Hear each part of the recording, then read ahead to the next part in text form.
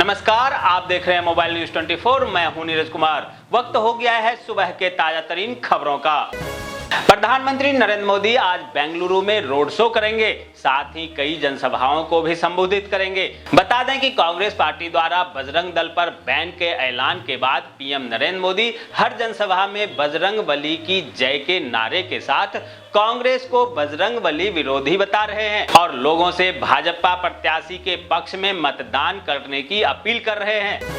कर्नाटक विधानसभा चुनाव में कांग्रेस की जीत सुनिश्चित करने के लिए कांग्रेस की पूर्व अध्यक्षा सोनिया गांधी आज हुबली में एक रैली को संबोधित करेंगी। बता दें कि राहुल गांधी और प्रियंका गांधी पहले से ही राज्य में आक्रामक प्रचार कर रहे हैं। बीजेपी के वरिष्ठ नेता और पूर्व मंत्री दीपक जोशी आज कांग्रेस ज्वाइन कर सकते हैं, जहां उन्होंने बीजेपी के बड़े नेताओं के नाम लिए बगैर कहा कि बड़े नेता यहां मलाई खा रहे हैं और मेरे मान सम्मान की बात पर ठेस पहुंच रही है, इसलिए हमने कांग्रेस ज्वाइन करने का फैसला किया।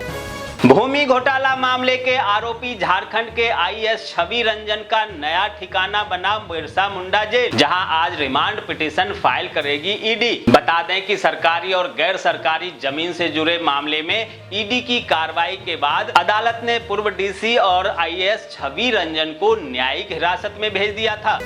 छत्तीसगढ़ में 12,489 शिक्षकों की होगी भर्ती, आज से कर सकते हैं ऑनलाइन आवेदन। वहीं 352 सब इंजीनियर्स के नियुक्ति के भी आदेश जारी किए गए हैं।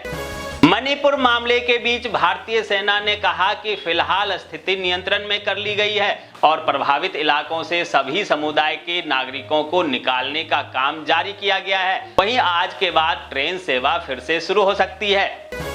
राजस्थान के पूर्व डिप्टी सीएम सचिन पायलट आज बाड़मेर आएंगे, जहां शहर के पीजी कॉलेज के सामने करीब 20 करोड़ की लागत से बने वीरेंद्र धाम का लोकार्पण और मूर्ति अनावरण करेंगे। इसके बाद आदर्श स्टेडियम में मुख्य समारोह के आयोजन को संबोधित करेंगे। संयुक्त किसान मोर्चा पलवल और सीटू आज डब्ल्यूएफआई अध्यक्ष और भाजपा सांसद बृजभूषण शरण के इस्तीफे की मांग को लेकर पलवल के देवीलाल पार्क से मीनार गेट तक विरोध जुलूस निकालेगा। शरद पवार ने बदला अपना फैसला, बने रहेंगे एनसीपी अध्यक्ष, बोले पार्टी के लिए करता रहूंगा काम। पूर्वांचल एक्सप्रेसवे से अब तारी घाट 12 मार्ग भी जुड़ेगा, जहां केंद्रीय परिवहन मंत्री नितिन गडकरी के निर्देश पर सर्वे भी करा लिया गया है और अब डीपीआर बनाया जा रहा है। बॉलीवुड के महानायक अमिताभ बच्चन के रिश्तेदार अनिल नंदा से ठगी के आरोप को लेकर दिल्ली क्राइम ब्रांच दरभंगा पहुंची, जहां क्राइम ब्रांच आरोपी के गांव में भूमि खरीद से जुड़े दस्तावेज खंगाल रही है। बता दें कि अनिल नंदा अमिताभ बच्चन की बेटी श्वेता नंदा के ससुर के भाई हैं। डीयू के मेंस हॉस्टल में छात्रों से मुलाकात करने पहुंचे राहुल गांधी, जहां मेस में छात्रों के साथ किया लंच। दिल्ली के सीएम अरविंद केजरीवाल और पंजाब के मुख्यमंत्री भगवंत मान ने 580 में मोहल्ला क्लिनिक का उद्घाटन किया। इस दौरान केजरीवाल ने कहा कि दिल्ली में 500 मोहल्ला क्लिनिक बनाने में हमें 5 साल लग गए, जबकि पंजाब में 580 मोहल्ला क्लिनिक 1 साल में ही बना दिया गया। हरियाणा के मंडियों से गायब हुए 10 करोड़ का गेहूं, जहां डिप्टी सीएम दुष्यंत चौटाला ने दिए अधिकारियों पर एफआईआर कराने के आदेश। केदारनाथ धाम में बर्फबारी से अब तक 200 से अधिक टेंट क्षतिग्रस्त हो गए हैं, जहां स्थानीय युवाओं ने इस यात्रा सीजन में बड़ी संख्या में यात्रियों के रहने के लिए टेंट लगाए थे, लेकिन बर्फबारी के चलते युवाओं को लाखों रुपए का नुकसान उठाना पड़ा है। कई युवा केदारनाथ से वापस लौटकर फिर से नए टेंट ले रहे हैं। झारखंड में कोल इंडिया के 90,000 ठेका श्रमिकों की मजदूरी बढ़ाई गई, जहां मई माह का तनख्वाह बढ़कर मिलेगा।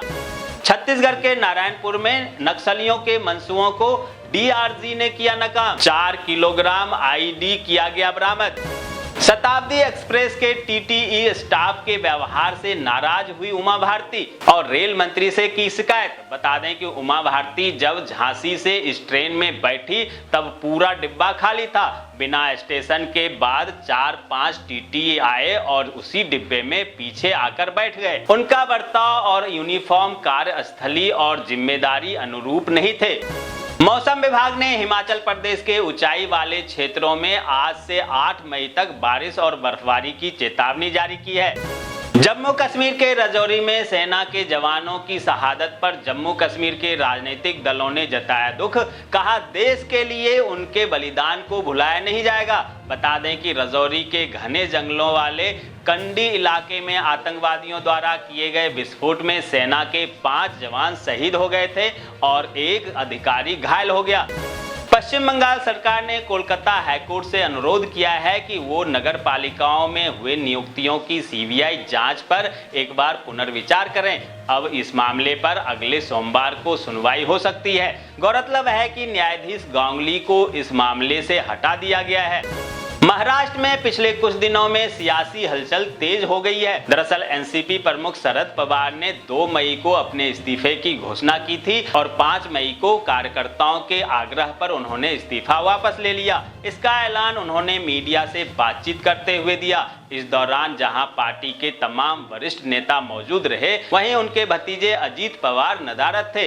अजीत की गैरहाजिरी से कई कयास लगाए जा रहे हैं और माना जा रहा है कि वो पार्टी के फैसले से नाखुश हैं और बगावती तेवर अपना सकते हैं। गुजरात उच्च न्यायालय ने वायुसेना के उन 3 ऑफिसरों को जमानत दे दी है जिन पर वर्ष 1995 के दौरान जामनगर एयरफोर्स कैंटीन के रसोइये को मारने के आरोप में सजा सुनाया गया था। उन्हें 50,000 रुपए के जमानत पर छोड़ा गया है।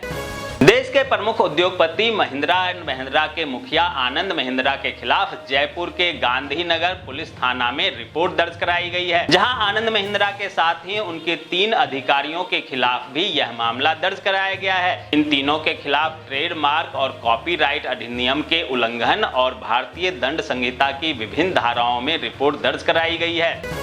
डॉक्टर भीमराव निःशुल्क पुस्तकालय एवं परिषद की पाठशाला में बुद्ध पूर्णिमा के अवसर पर महुआ के चरखारी नगर के रूपनगर खंदिया में महात्मा बुद्ध के तस्वीर पर पुष्प अर्पित कर अतिथियों ने श्रद्धांजलि अर्पित की।